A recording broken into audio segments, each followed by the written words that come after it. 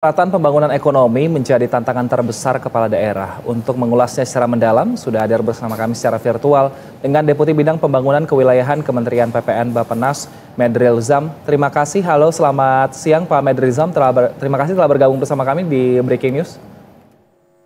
Selamat siang, Mas Wilson. Terima kasih undangannya. Baik Pak Medril Zam, ini kan baru saja Presiden Prabowo Subianto akhirnya melantik kepala daerah. Memang mungkin masalah di tiap daerah berbeda-beda, tapi kira-kira masalah apa yang perlu diselesaikan utamanya di daerah masing-masing? Ya, pertama-tama selamat dulu ya kepada 961 kepala daerah dan wakil kepala daerah. Ini semuanya tentunya sesuai dengan apa yang sudah dipilih oleh rakyat. Ini akan menjadi amanah buat mereka semua nanti dalam menjalankan roda kepemerintahan di daerah. Saat ini saya rasa tantangan kita dalam bagaimana mengembangkan terutama ya pemerataan pembangunan ekonomi di tingkat lokal, tentunya ini tidak akan terlepas dari berbagai tantangan yang ada, baik di tantangan yang ada di tingkat global, di tingkat regional, di tingkat nasional, regional, bahkan sampai ke tingkat desa.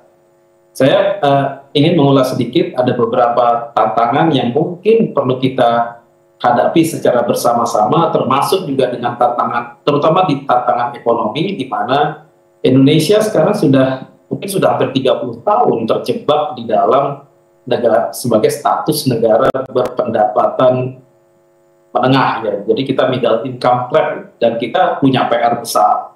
Selama 20 tahun ke depan menuju Indonesia Emas, kita harus bisa lepas betul-betul dari status middle income country trap ini sehingga menjadi setara dengan negara maju. Di satu sisi, tantangan itu bukan hanya tantangan di tingkat nasional, tapi menyeluruh sampai juga ke tingkat wilayah. Karena bagaimanapun apa-apa yang sudah digariskan menjadi target-target besar itu tidak hanya melekat ke nasional, tapi juga ke daerah-daerah. Sehingga ini semua menjadi satu kesatuan, dan artinya semua kepala daerah juga punya tantangan yang sama. Itu baru dari sisi ekonomi. Belum lagi dari tantangan pendidikan, SDM, tata kelola, dan lain-lain. Saya kira ini merupakan satu istilahnya dorongan nanti ke depan untuk terus bagaimana kita bisa mulai berinovasi menghadapi berbagai tantangan-tantangan ini, terutama dalam dinamika global yang begitu cepat perubahannya saat ini. Baik, kira-kira wilayah mana yang mungkin perlu diperhatikan oleh pemerintah pusat supaya pembangunannya secara nasional kita lebih merata ini? Ya tentunya kalau kita bicara pemerataan, kita mesti bisa melihat ya antara kawasan barat dengan kawasan timur, baik perkotaan maupun perdesaan. Jadi mau tidak mau, mana yang tertinggal, ya tentunya harus kita dorong ke depan. Terutama di daerah kawasan timur ini. Di daerah terutama Papua, di NTT dan sebagainya, ini mungkin perlu kita dorong lebih kuat lagi ke depan. Tapi untuk daerah-daerah yang relatif sudah berkembang, tentunya ini tetap kita pertahankan, jangan sampai mundur, karena kita lebih mengutamakan misalnya tiba-tiba arahnya malah ke timur, misalnya. Tapi enggak, dua-duanya tetap kita pertimbangkan, dan kita ingin lihat betul, kita tidak ingin terjadi bahwa pertumbuhan ekonomi tersebut tapi malah menyebabkan ketimpangan. Jadi kita ingin lihat pertumbuhan ekonominya naik, tapi koefisien Gini-nya turun. Nah, keseimbangan ini yang perlu kita jaga di tiap wilayah, tidak hanya satu wilayah tertentu saja, tapi semua wilayah. Artinya kita ingin lihat betul bahwa ekonomi meningkat, tapi pemerataan itu juga terjadi di wilayah-wilayah. Seringkali kita dapatkan pertumbuhan ekonominya tinggi, tapi tidak diiringi dengan Gini rasio yang menurun. Artinya pemerataannya tidak terjadi. Artinya konsentrasi dari sumber-sumber ekonomi itu hanya terpusat ke beberapa individu saja. Nah, itu yang tidak kita inginkan. Kita ingin betul pertumbuhan ekonomi ini tinggi, tapi merata. Dan juga yang tidak kalah penting, berkelanjutan. Dalam artian bahwa ini betul-betul bisa kita nikmati saat ini dan juga buat anak cucu kita di masa yang akan. Baik, tapi bagaimana juga kepala-kepala daerah nanti Pak, ini kan kalau misalnya kita melihat bahwa ada ego sektoral pasti di antara kepala daerah ini karena mereka masing-masing menyatakan bahwa akan dipilih oleh warganya masing-masing. Tapi kan satu daerah dengan daerah lainnya memiliki penghasilan yang berbeda. Bagaimana kemudian pemerintah pusat memastikan supaya agar antar daerah ini, utamanya yang bertetangga, bisa saling membantu supaya ekonomi bisa terjadi, swasembada bisa terjadi, dan secara nasional target pemerintah bisa berjalan. Untuk kepala daerah kira-kira apa yang harus dilakukan? Ini, jadi memang antara daerah itu pasti dia punya karakteristik yang berbeda-beda, pasti. Dan tentunya effortnya juga pasti akan berbeda-beda. Di satu sisi bisa saja setiap daerah-daerah itu juga punya konteks di mana mereka juga harus bekerja sama untuk mengembangkan berbagai hal karena mereka bertetangga. Nah, kami di pusat benar-benar sekarang mencoba melihat berbagai macam karakteristik yang ada di tingkat daerah ini, baik dia single entity maupun sebagai multi entity. Nah, kami di dalam undang-undang yang terbaru terkait dengan RPJPN, Undang-Undang 59 ya, tahun 2024, ini memang mencoba melihat konteks pembangunan kewilayahan ini tidak hanya sekedar wilayah itu berdiri sendiri, tapi melihat betul bagaimana daerah-daerah ini terhubung satu sama lain, membentuk satu entitas ekonomi yang saling mendukung satu sama lain. Kalau di dalam draft di dalam RPJMN, di sana betul-betul tertulis bagaimana lokasi-lokasinya itu terhubung satu sama lain, di mana saja kawasan-kawasan strategisnya, di mana saja kawasan-kawasan yang menjadi hub, yang menghubungkan satu wilayah dengan wilayah yang lain. Sehingga berbagai macam potensi yang ada di tingkat wilayah, di tingkat lokal, ini benar-benar bisa dioptimalkan dan terhubung satu sama lain sehingga saling bisa membantu satu sama lain. Nah, disinilah peran kita dalam merancang berbagai macam sektor pembangunan, termasuk juga bagaimana nanti kita bisa mensinergikan dan mengintegrasikan sektor-sektor yang ada, sehingga teman-teman di tingkat sektoral maupun di tingkat wilayah sekarang bisa semacam pandangan yang sama dalam mengejar target-target pembangunan yang sudah kita tetapkan di dalam, baik itu di dalam RPJP sampai 2045 maupun di dalam RPJMN di 2029.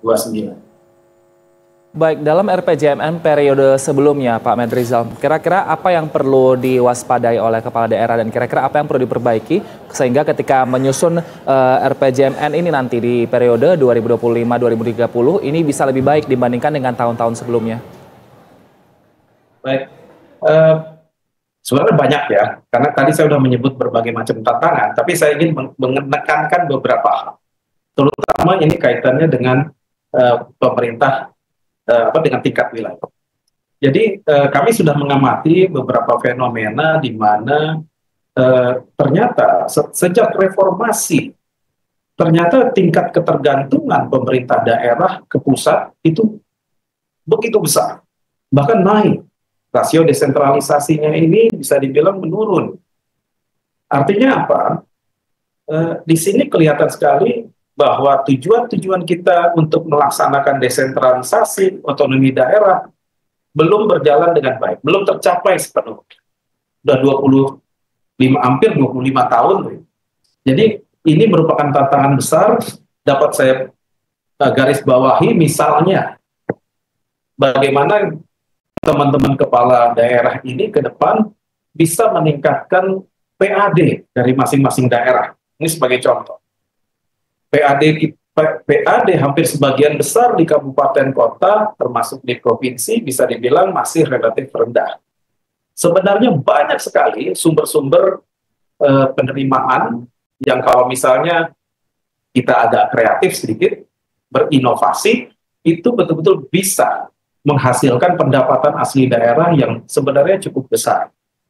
Contohnya misalnya, ini saya ambil ke contoh konkret aja ya. Misalnya retribusi sampah. Saya yakin Mas Wilson pasti bayar sampah, retribusi sampah di rumah. Nah, tapi apakah retribusi sampah tadi sampai ke kas daerah? Itu kan tidak. Retribusi sampah hanya sampai kepada tukang sampah yang muter-muter di rumah kita. Sampai nggak ke kas daerah? Tidak. Tapi daerah terpaksa harus ngurusi TPS-nya, TPST-nya, dan sebagainya sampai ke TPA-nya, hanya APBD-nya meliti. Akhirnya pengelolaan sampah di perkotaan kita, di kabupaten kita, mohon maaf, ya ini sangat-sangat memprihatinkan. Nah, bila mana teman-teman bupati atau wali kota ini bisa kreatif tadi merubah sistem yang tadinya retribusi sampah itu hilang begitu saja, tapi ini dikelola dengan baik, kita udah bayar loh sebenarnya, tapi sekarang itu untuk Pemda, ya dibayar untuk Pemda, dan Pemda langsung melaksanakan sistem pengelolaan sampah dengan baik dari hulu sampai hilir. Uangnya dapat, sistemnya juga bisa terkelola dengan baik. Tapi itu belum berjalan sekarang. Itu baru satu contoh, belum yang lain-lainnya. Parkir, retribusi pasar, dan sebagainya. Itu terkait dengan kecil saja sekelumit tantangan yang harus kita selesaikan ke depan, khususnya untuk PAD, pendapatan asli daerah.